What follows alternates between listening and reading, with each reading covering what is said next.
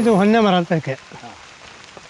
ಇದು ಏನೇನಕ್ಕೆಲ್ಲ ಉಪಯೋಗ ಆಗ್ತದೆ ಅಂತ? ಇದು ನಾಟಕ್ಕೆಲ್ಲಕ್ಕೂ ಬರುತ್ತೆ, ಎಲ್ಲ ನಾಟಕ ಬರುತ್ತೆ.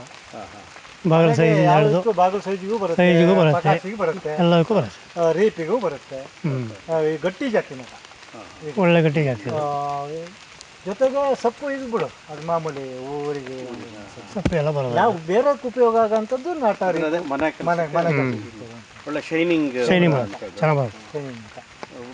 ಹಿಂದೆ ಎಲ್ಲ ಅದನ್ನ ಉಪಯೋಗಿಸ್ತಿದ್ರು, ಈಗೆಲ್ಲ ಇವಾಗಲೂ ಉಪಯೋಗಿಸ್ತಾರೆ, ಇವಾಗ ಮಾಡಕ್ ಬಿಡಲ್ಲ ಅಷ್ಟೇ. ಅದೇ ಮಾಡಕ್ ಬಿಡಲ್ಲ, ಇವಾಗ ಮಾಡಕ್ ಬಿಡಲ್ಲ.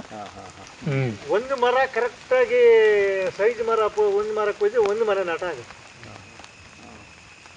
ಈ ಜಾತಿ ಮರಗಳನ್ನ ಕಟ್ಟಿಗೆ ಪಟ್ಟಿಗೆಗೆ ಯಾರು ಬಿಡದು ಹತ್ತ ತೆಗಿಯಲ್ಲ. ಮತ್ತೆ ಮನೆಗೆಲ್ಲ ಸೊಪ್ಪು ಸದೆಗೆಲ್ಲ ಎಲ್ಲ ಕಡಿತಾರೆ, ಯಾರ ಕಡಿತಾರೆ ಬಿಟ್ರೆ ಕಟ್ಟಿಗೆ ಆಗುತ್ತೆ, ಸೊಪ್ಪಿಗೆ ಆಗುತ್ತೆ.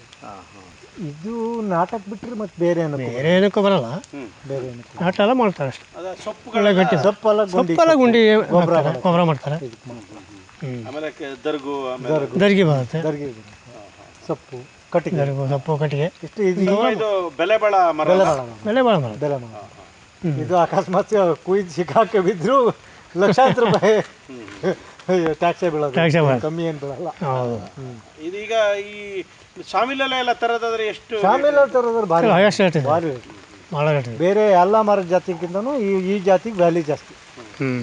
ಇದು ಇನ್ನೊಂದು ಜಾತಿ ನಂದಿ ಅಂತ ಸ್ವಲ್ಪ ಮೇಣ ತರ ಬರುತ್ತಲ್ಲ, ಇದು ಮಾಡಿದ್ರೆ ಇದು ಮೇಣ ಬರುತ್ತೆ. ಇದರಲ್ಲಿ ಎರಡು ಜಾತಿ ಇದೆ, ಒಂದು ಬಿಳೆ. ಇದ್ರದ್ದು ಏನಾದ್ರು ಸಿಪ್ಪೆ ಏನಕ್ಕಾರ ಉಪಯೋಗ ಬರ್ತದೆ? ಸಿಪ್ಪೆ ಇದಕ್ಕೆ ಬರಲ್ಲ, ಏನಕ್ಕೂ ಬರಲ್ಲ. ಹೌದಾ? ನೇರ್ಲು ಇದಕ್ಕೆ ಬರುತ್ತೆ. ನೇರಳೆಲ್ಲ ಅಡಿಕೆ ಚೌರಿಗೆಲ್ಲ ಬರುತ್ತೆ. ಇದರಲ್ಲಿ ಎರಡು ಜಾತಿ ಬರುತ್ತೆ, ಬಿಳೆ ಮರ ಬೇರೆ, ಕೆಂಪು ಮರ ಬೇರೆ.